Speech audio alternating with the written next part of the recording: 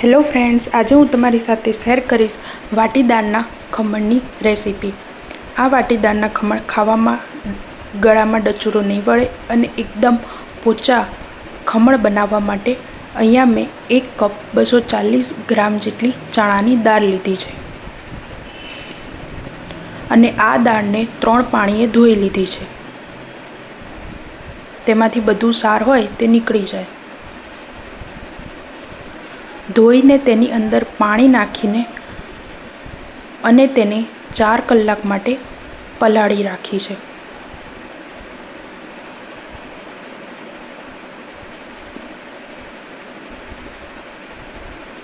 ઢાંકીને અને 4 કલાક પલાળી દેવાની। 4 કલાક થઈ ગયા છે, દાળ પણ પલળી ગઈ છે। હવે મિક્સર જારમાં આપણે દાળને પીસવા માટે મિક્સર જાર લઈશું। તેની અંદર દાળ નાખીશું। તેની અંદર 3 ચમચી જેટલું દહીં નાખ્યું છે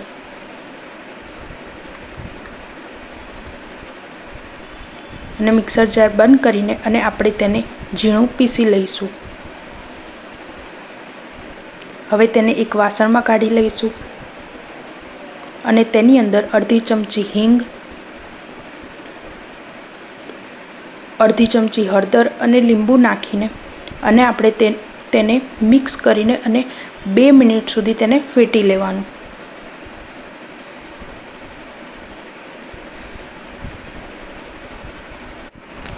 ત્યારબાદ તેને ઢાંકીને 8 કલાક માટે ફર્મેન્ટેશન માટે મૂકી દેવાનું। ફર્મેન્ટેશન થઈ ગયું છે।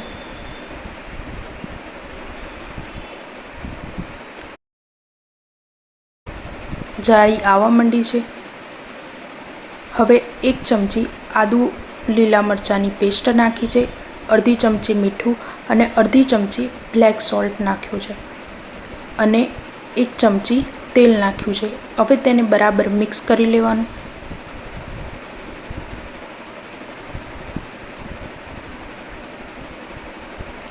અને અહીંયા મને બેટર થોડું જાડું લાગે છે, તેથી મેં 1 ચમચા જેટલું પાણી નાખ્યું છે।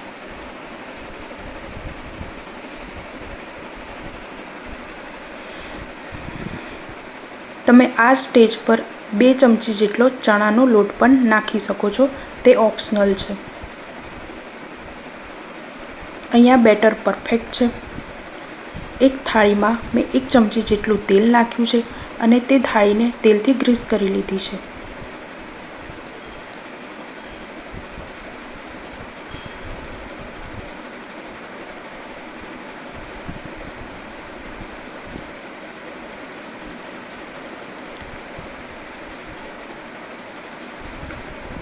હવે બેટરમાં આપણે અડધી ચમચી જેટલો બેકિંગ સોડા નાખીશું।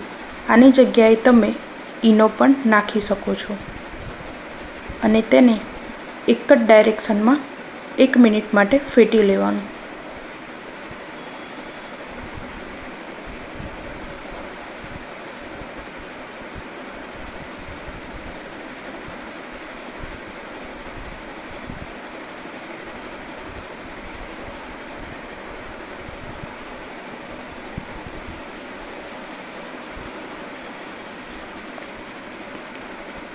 અને આ બેટરને હવે આપણે થાળીમાં નાખવાનું।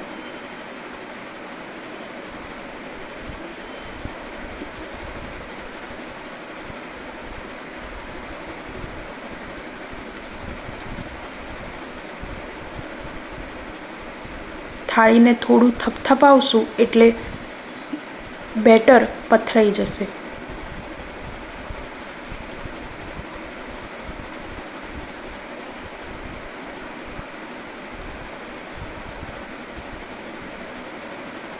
અને અહીંયા હવે ખમણને આપણે 15 મિનિટ સુધી ફાસ્ટ ગેસ પર બાફી લેવાના।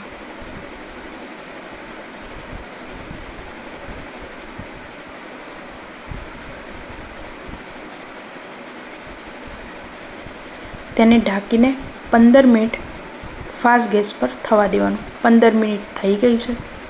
હવે ચપ્પુથી ચેક કરી લઈશું। ચપ્પુ પણ ક્લીન આવ્યું છે, થઈ ગયું છે। હવે તેને કટ કરી લઈશું। 5 મિનિટ તેને ઠંડુ થવા દઈને તેને કટ કરી લેવાનું।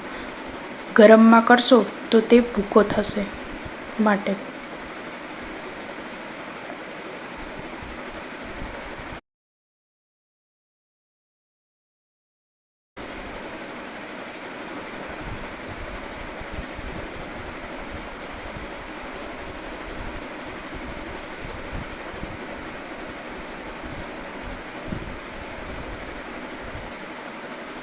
ખમણની જાળી પણ ખૂબ જ સરસ આવી છે, એકદમ જાળીદાર અને સોફ્ટ બન્યા છે।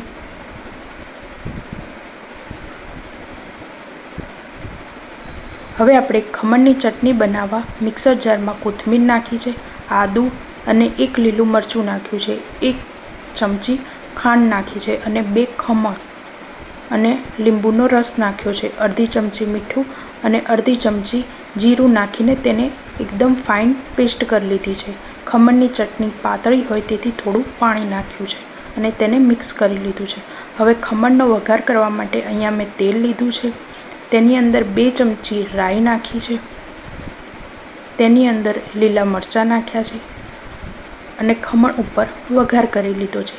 અહીંયા તેલ થોડું વધારે જ લેવું, કારણ કે ખમણમાં તેલ થોડું વધારે જ જોઈએ વઘારમાં। હવે તેને બરાબર મિક્સ કરી લેવાનું।